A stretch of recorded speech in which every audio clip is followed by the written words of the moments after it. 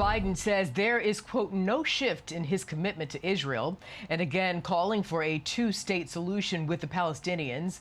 This after a ceasefire yesterday ended an 11-day conflict that left at least 243 Palestinians and a dozen Israelis dead.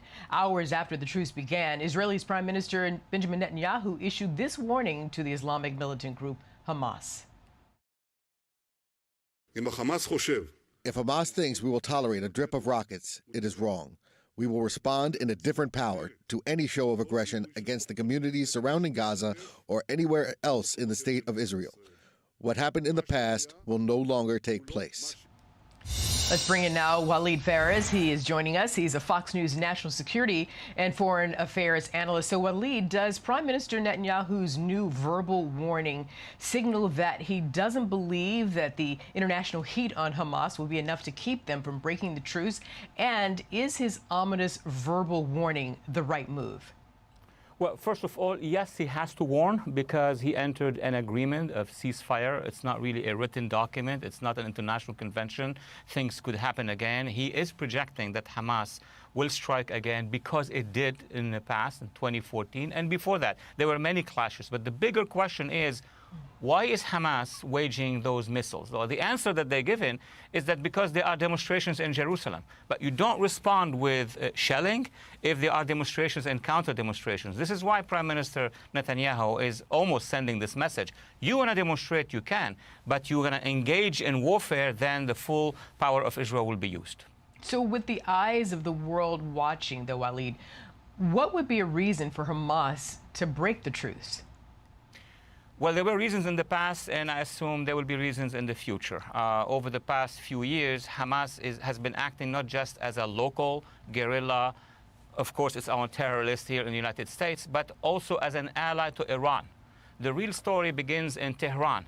There were no reasons for Hamas military involvement because there was no Israeli military involvement before that. What happened is that the Iranians are using Hamas to send a message to whom?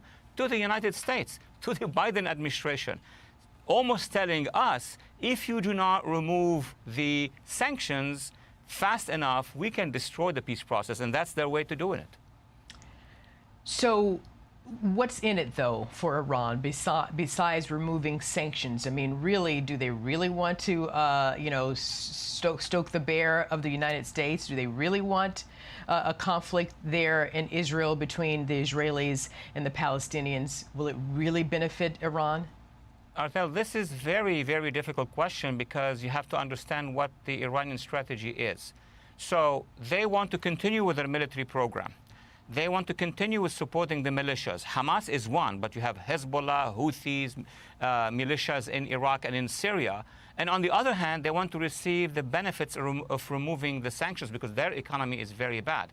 They may think that the Biden administration, despite everything else, is going to go and sign the Iran deal. So what they're trying to do is maximize what they're going to get from that Iran deal by threatening the United States and Israel and the Arab countries that if you don't do exactly what I do, then there will be a threat against peace in the region.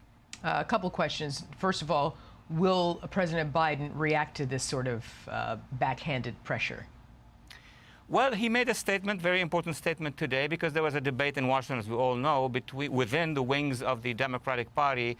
One far left wing wants Biden to put a lot of pressure on the Israeli government and to partner actually with the radical forces in the region. So that we know it. But then the mainstream part of the Democratic Party want to stick with the position, the traditional position, is that the United States will stand by Israel if it's threatened. Now, there is a notion here. President Biden said we will be with Israel. The question is, when he mentioned two-state solution, what are the borders? What are the conditions? Then we go into the nitty-gritty of the negotiations. Right. The president, I'll just read what he said. He said, there's no shift in my commitment, your commitment to the security of Israel, period. No shift, not at all. But I tell you what, there is a shift in that we have to have we still need a two-state solution. It's the only answer.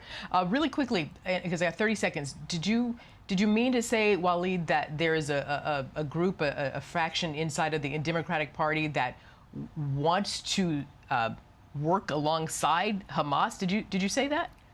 Well, what I said is very clear. It's in the open news. I mean, what did we do in Yemen? Yemen, we had the Houthis, allies to Hamas and Iran, on our terror list. And what did the administration do a few weeks ago? They removed it from that list. So I am anticipating that this faction within the Democratic Party that has great influence on the administration may well, in the next stage, demand that Hamas will be removed from the terror list. That's what they're saying on social media anyway. Well, we'll have to have someone on here on the news and not social media. But appreciate your perspective, Walid Phares, as always. Thank you so much for joining us. Thank you for having me. Take care.